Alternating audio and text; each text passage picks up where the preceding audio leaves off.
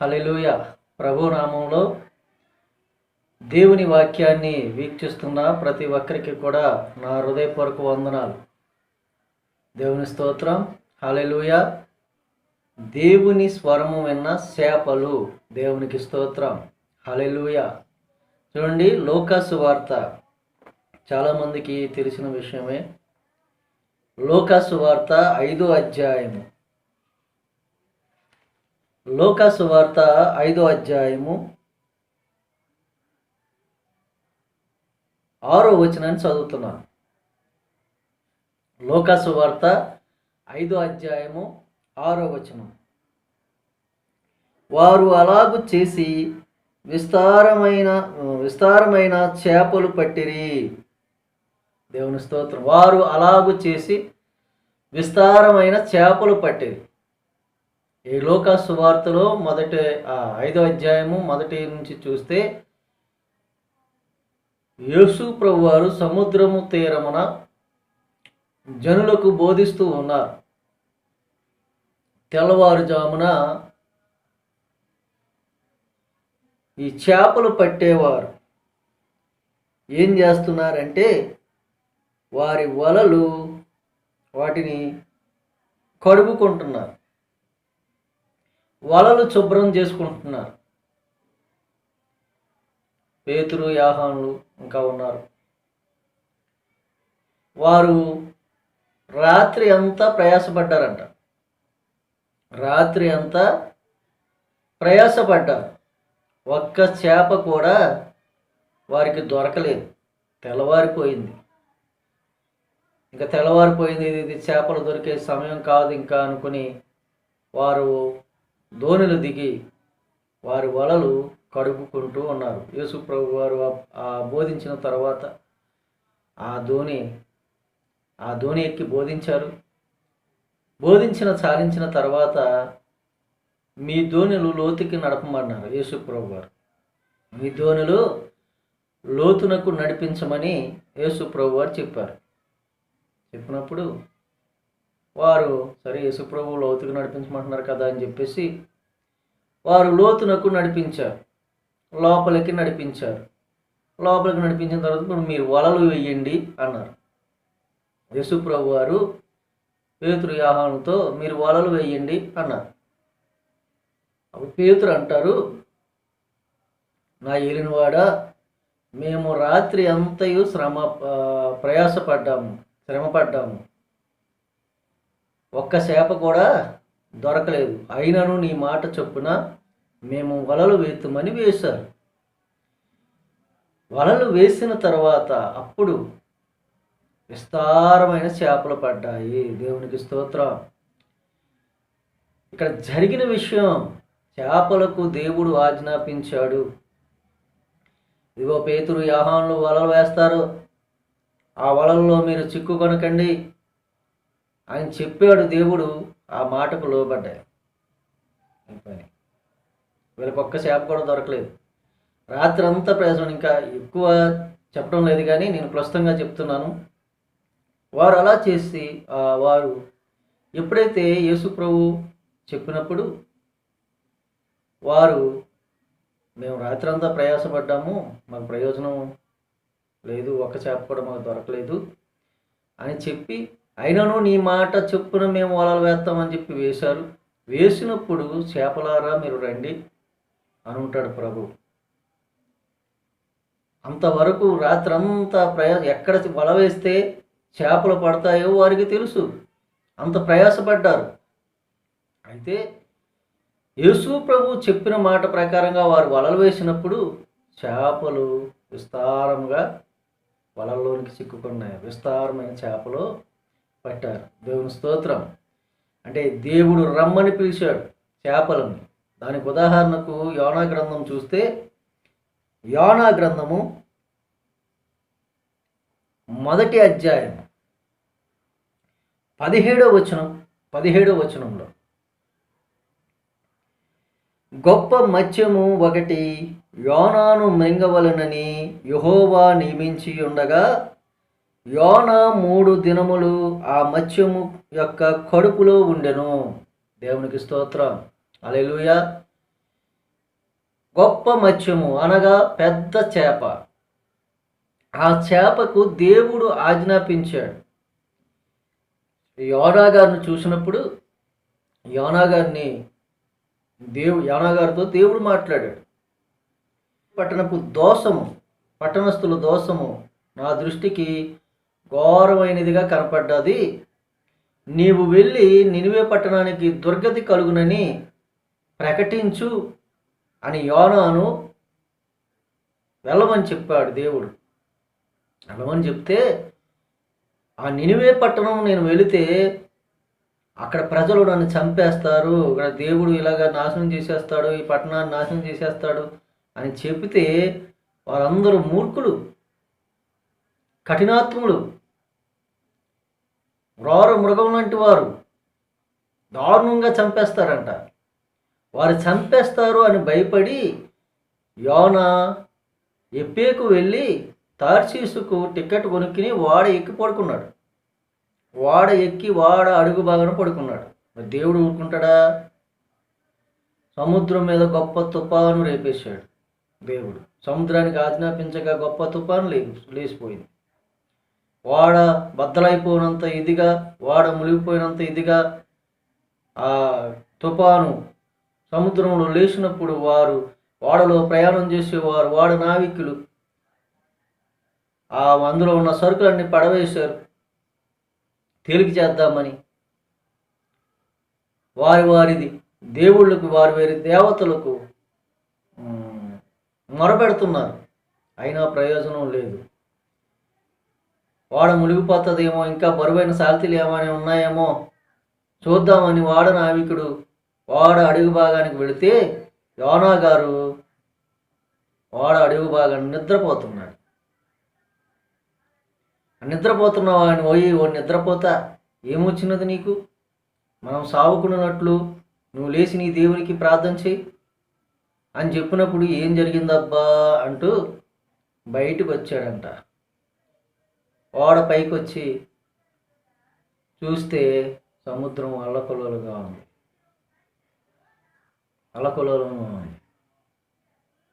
అడిగారు వాళ్ళు, నువ్వేం చేస్తావు, ఏ ఊరు నీది అని అంటే, నేను హెబ్రీయుడను, యెహోవా సేవకుడను, ప్రవక్తను,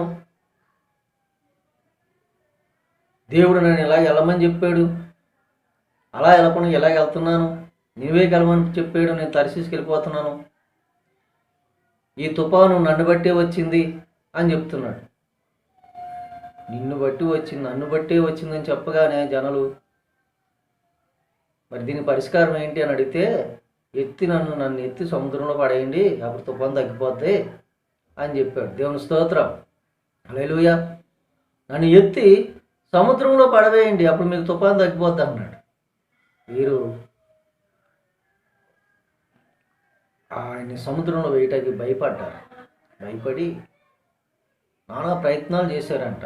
వాడను దరికి చేర్చడానికి నానా ప్రయత్నాలు చేశారు. మళ్ళీ వారు ఏం చేశారంటే సీట్లు వేశారు.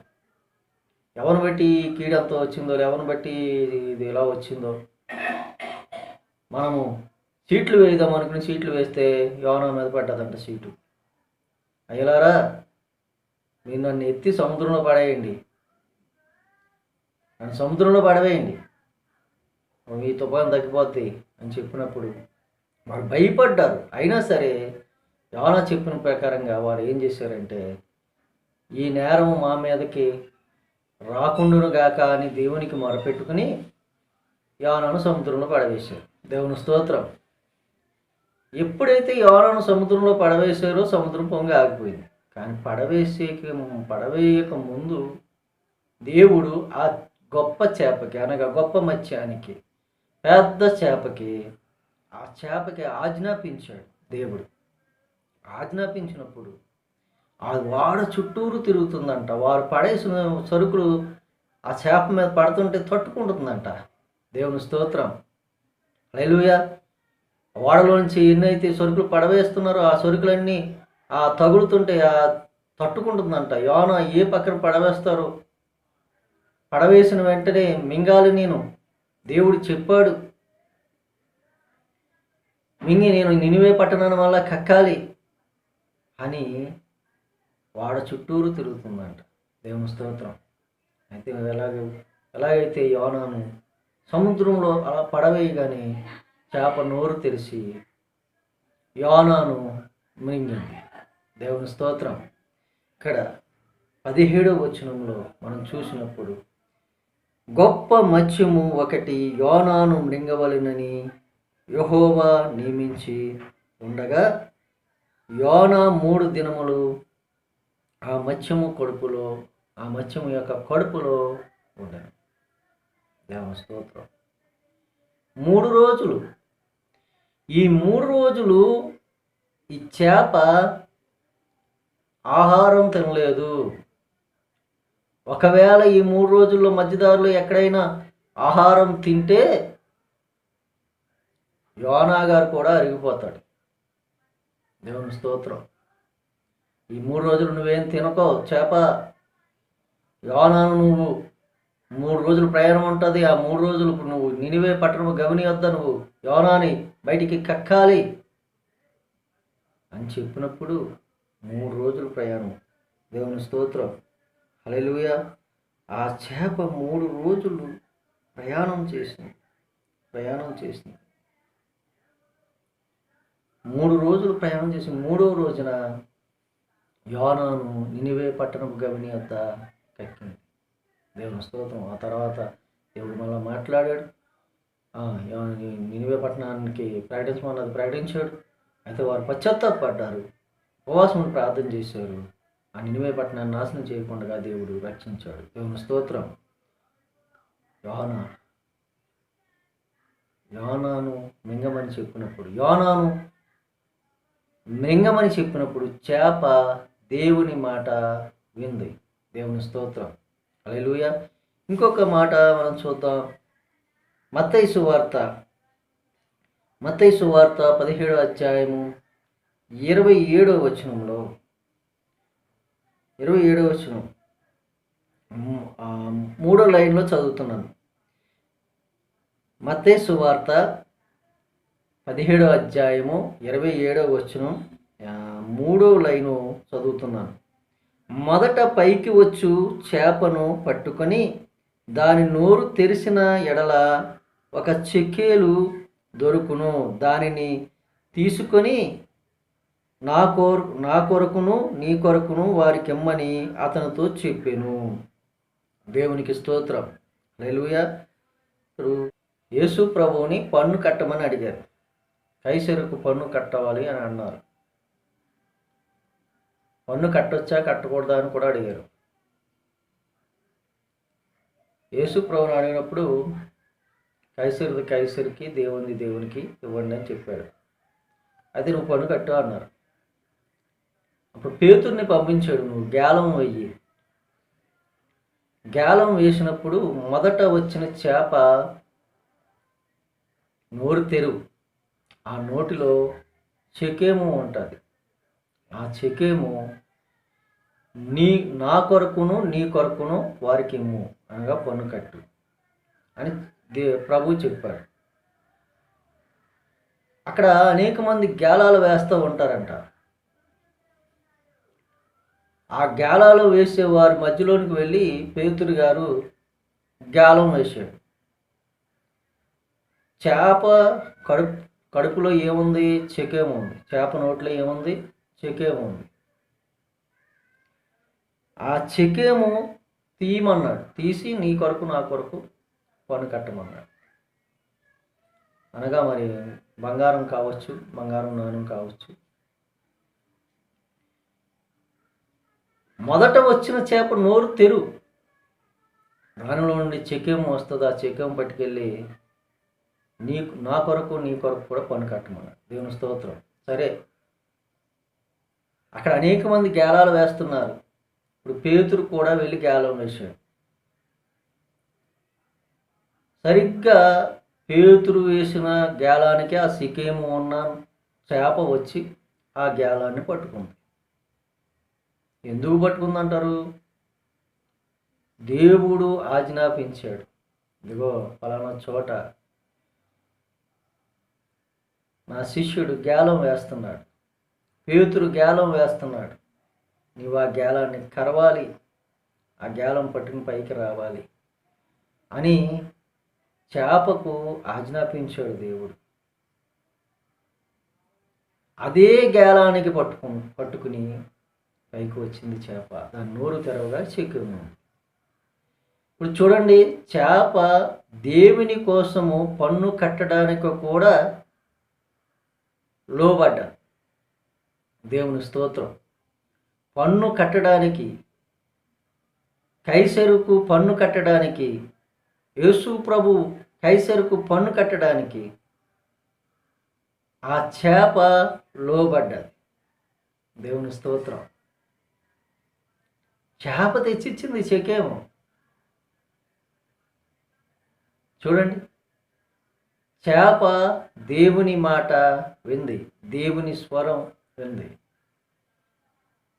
ఈ చేపలు పక్షులు లేక భూమి మీద కనిపించేవన్నీ కూడా దేవుడు కలుగునుగాక అని పలకగానే కలిగినాయి. కానీ మానవుడిని ఏం చేశాడు?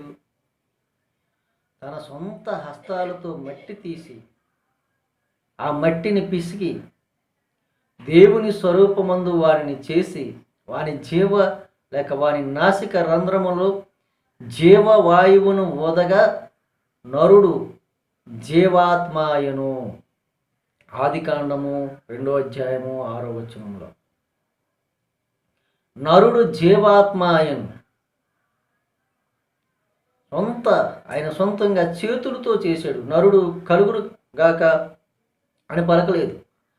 మిగిలినవన్నీ కలుగును గాక, ఆకాశం కలుగును గాక, సముద్రం కలుగును గాక, భూమి కలుగును గాక, వెలుగు కలుగును గాక, సూర్య చంద్ర నక్షత్రములు కలుగును గాక, భూమి మీద ఆహారం ఇచ్చే చెట్లు, విత్తనములు ఇచ్చే చెట్లు,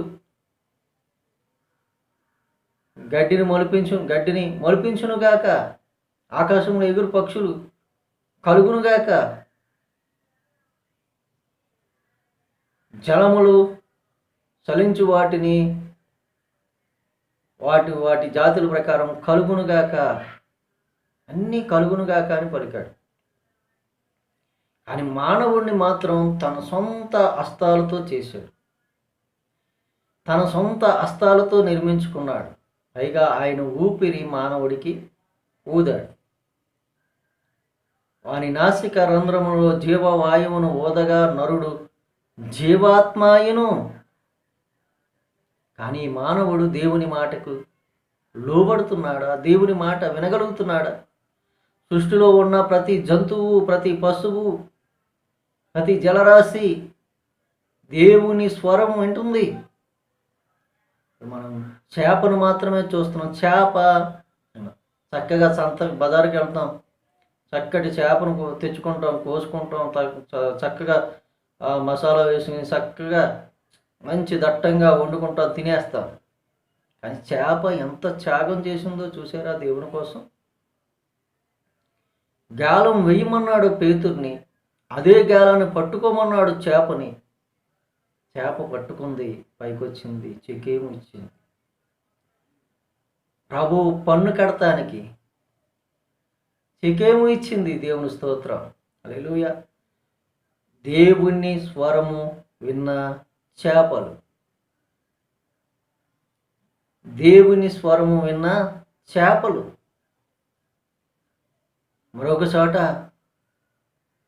యోహాను సువార్త 21 పేతురు గారు నేను చేపలు పట్టబోతున్నాను అంటే మిగిలిన శిష్యులు కూడా వెళ్ళిపోయారు. మిగిలిన శిష్యులు అందరూ కూడా మేము మాత్రం ఇక్కడ ఉండి ఏం చేస్తాం, వచ్చేస్తామని వెళ్ళిపోయారు. దేవుని స్తోత్రం. మేము ఇక్కడ ఉండి ఇంటికాడ ఉండి ఏం చేస్తాం, మేము కూడా వస్తాం, చేపలు పడతామని వారు కూడా వెళ్ళిపోయారు. వెళ్ళారు, ఆ రాత్రంతా ప్రయాసపడ్డారు, అక్కడ కూడా వారికి చేపలు దొరకలేదు. ప్రభు ఒడ్డున నిలబడి పిల్లలారా మీ దగ్గర ఏమైనా ఉన్నాయా అని అడిగితే రాత్రంతా ప్రయాసపడ్డావు, మాకేం దొరకలేదు అని చెప్పారు. ఇప్పుడు మీరు కుడి పక్కన వల వేయండి అన్నారు. యోహాను సువార్త 21:6 5 కూడా చదువుతుంది. యేసు పిల్లలారా భోజనమునకు మీ యొద్ద ఏమైనా ఉన్నదా అని వారిని అడగగా లేదని వారు ఆయనతో చెప్పిరి. అప్పుడు ఆయన దోణి కుడి ప్రక్కను వలవేయుడి మీకు దొరుకునని చెప్పెను. గనుక వారు అలాగూ వేయగా చేపలు విస్తారంగా పడినందున వల లాగలేకపోయిరి. దేవుని స్తోత్రం. చేపలు విస్తారంగా పడినందున వారు వల లాగలేకపోయిరి. దేవుని స్తోత్రం. ఇక్కడ కూడా ఇది ఎప్పుడు జరిగింది? యేసు ప్రభువును సిలువ వేసేసిన తర్వాత, ఆయన సమాధి చేసిన తర్వాత, ఆయన లేచాడు, శిష్యులు కొంతమందికి లేక ఆయన పునరుద్ధరయ్యాడని చెప్పి ఆ సమాధి దగ్గరికి వెళ్ళిన స్త్రీలతో దూత మాట్లాడడం ఇవన్నీ జరిగినాయి. అయితే నేను ఇంకేం చేస్తాను? ప్రభువు లేడు కదా. ప్రభువు ఉన్నప్పుడైతే ప్రభు కూడా వెళ్ళేవాళ్ళం, ఆయనతో పాటు ఏదో పని చేసేవాళ్ళం, ప్రార్థన చేసేవాళ్ళం. ఇప్పుడేం చేస్తాం? ప్రభువు లేడు కదా, ఇంకా నేను చేపలు పట్టబోతున్నాను అని ఎదురు అంటే మిగిలిన వారు కూడా మేము మాత్రం ఇక్కడ ఉండి ఏం చేస్తాం? నీతో పాటు వస్తామని ఆ రాత్రి అంతా ప్రయాసపడ్డారు, వలలు వేశారు. అప్పుడు కూడా వారికి దొరకలేదు. దేవుని స్తోత్రం. హల్లెలూయా. అప్పుడు కూడా వారికి దొరకలేదు. ప్రభు చెప్పాడు, ఇదిగో నా శిష్యులు వస్తున్నారు, మళ్ళా వలలు వేస్తున్నారు, మీరు దూరంగా పోండి అన్నాడు. అంతే, చేపలతో. అంతవరకు దొరకనివి ప్రభు వచ్చి, పిల్లలారా మీ తినడానికి, మీ భోజనం చేయడానికి ఏమైనా మీ వద్దన ఉన్నాయా అని అడిగితే లేదని వారు ఆయనతో చెప్పారు. చెప్పినప్పుడు మీరు కుడి పక్కన వల వేయండి, ధోని కుడి పక్కన వల వేయండి అని చెప్పాడు. ఆల్రెడీ చెప్పేశాడు చేపలకి, ధోని కుడి పక్కకి రండి మీరు అని చెప్పేశాడు యేసుప్రభు. ఆ మాటకు విన్నాయి. ముందు వెళ్ళిపోయింది అన్నాడు, వెళ్ళిపోయినాయి. ఇప్పుడు రండి అన్నాడు, వచ్చేసినాయి. వీళ్ళు వల్ల వేసారు, పడ్డాయి. దేవుని స్తోత్రం. చేప దేవుని మాటకు లోబడిన చేప, లేక దేవుని మాట విన్న చేప. దేవుని స్తోత్రం. హల్లెలూయా. సృష్టి అంతా ఆయనకు లోబడుతుంది. సృష్టి అంతా ప్రభువుకు లోబడుతుంది. నువ్వు లోబడుతున్నావా? దేవునికి లోబడుతున్నావా? నిన్ను సృష్టించాడు. నిన్ను సృష్టించిన వాడు ఆయనే, అనగా నిన్ను పుట్టించిన వాడు ఆయనే. చేప దేవుని మాటకు లోబడింది. మత్తయి సువార్త 17వ అధ్యాయము 27వ వచనం ప్రకారంగా మనం చూసినప్పుడు చేప దేవుని నిమిత్తం పన్ను కట్టడానికి లోబడ్డారు. పన్ను కట్టడానికి పైకి వస్తే చేపను ఏం చేస్తారు? చంపేస్తారు. దేవుని కోసం అది చావడానికి కూడా ఇష్టపడ్డారు. దేవుని స్తోత్రం. హల్లెలూయా. చేప దేవుని మాటకు లోబడ్డది. యోనాను మింగమంటే మింగాలి. ఆ లోకా సువార్తలో 5వ అధ్యాయంలో మీరు దొరకండి అంటే వెళ్ళిపోయినాయి, మళ్ళా మీరు రండి అంటే అక్కడ రాయబడలేదు సుమా. రండి పోండి అని మాత్రం అక్కడ రాయబడలేదు. ఆయన వేయమన్నా వెంటనే వేశారు కదా, వేసిన వెంటనే చేపలు పడ్డాయి కదా. అప్పుడు రమ్మని చేపలు కాజనపిస్తే అవి వచ్చేసినాయి, అంతే. దేవుని స్తోత్రం. హల్లెలూయా. కనుక దేవుడి మాటకు అవి లోబడుతున్నాయండి. మనం ఎంత లోబడుతున్నామో నిన్ను నువ్వే పరీక్షించుకోవాలి. మనమే పరీక్షించుకోవాలి. దేవుని మాట వినేవారంగా ఉన్నామా? దేవుని స్వరం విని ఆ ప్రకారంగా చేయగలుగుతున్నామా? ఒక చేప చేస్తుంది. చేప లోబడింది దేవుని మాటకు. మనం ఎంత లోబడుతున్నామో మనం చర్యేసుకుంటూ ప్రార్థన చేద్దాం. ఇప్పుడు ఇంకా దేవునికి లోబడలేదేమో. ప్రభువా, నీ మాటకు నేను లోబడతాను, నీ మాట నేను వింటాను అని చెప్పి ప్రభువుకు ప్రార్థన చేయండి. చిన్న ప్రార్థన చేద్దాం. ప్రేమ కనికరం గల మా పరలోకపు మా తండ్రి నాయన, మీ పరిశుద్ధ పాదములకు వందనాలు, స్తుతులు, స్తోత్రాలు నా ప్రభా. ఇంతవరకు కొంచెం సేపు నాయన వాక్యం ధ్యానించడానికి మీరు ఇచ్చిన కృపను బట్టి మీకు వందనాలు. ఈ వాక్యాన్ని ఎందరైతే వీక్షిస్తున్నారో, వింటున్నారో ప్రభా, బిడ్డలందరినీ దీవించి ఆశీర్వదించండి అయ్యా. నీ బిడ్డలైన వారు మీ బలపరచండి, ఆశీర్వదించండి. ఇంకా నీకు నాయన బాప్తిసం లేక రక్షింపబడని వారు, మారుమనసు లేని వారు మారుమనసు రక్షణ దయచి అయ్యా, నేను తెలుసుకుని నాయన నీ మాటకు లోబడే వారముగా మేము ఉండడానికి, నీ మాట విని నీ మాట ప్రకారంగా నడుచుకునే కృపను మాకు అందరికీ దయచేయమని ప్రార్థిస్తున్నాం. సమస్త మహిమా ప్రభావాలు మీరే పొందుకుంటారు నాయన. మరి కరోనా వైరస్ తొలగించలేని చేయండి. మా దేశ ప్రజలను, ఇతర దేశ ప్రజలను, బయట దేశాలు వెళ్ళి నాయన పనులు చేసుకుంటున్నారు ప్రతి ఒక్కరిని నాయన దీవించి, ప్రతి ఒక్కరికి స్వస్థత, ఆరోగ్యం ఇచ్చి కాపుదల, ప్రతి ఒక్కరి పట్లని మంచి కార్యాలు, ప్రతి ఒక్కరిని రక్షించమని, మీరే కాపాడమని ప్రార్థిస్తూ మరొకసారి నాయన, చేప నీ మాట విన్నది అయ్యా, అలాగ నాయన మేము అయ్యా అట్లకంటే విలువైన వారు నాయన, అట్లకంటే విలువైన వారుగా మమ్మల్ని చేసావు నాయన. ఇంత విలువైన జీవితం ఇచ్చిన మాకు ఇచ్చిన, లేక ఇంత విలువైన ఇచ్చిన ఈ జీవితం ఇచ్చిన నీకు నాయన, మేము నీ మాటకు లోబడి అయ్యా నీ చిత్త ప్రకారం నడుచుకునే కృపను మాకందరికీ దయచి యేసునామములో ఈ ప్రార్థన నడుస్తున్నాం తండ్రి, ఆమేన్. మంచిదండి, అందరికీ వందనాలు. దేవుడు మిమ్మల్ని అందరినీ దీవించి ఆస్వాదించును గాక.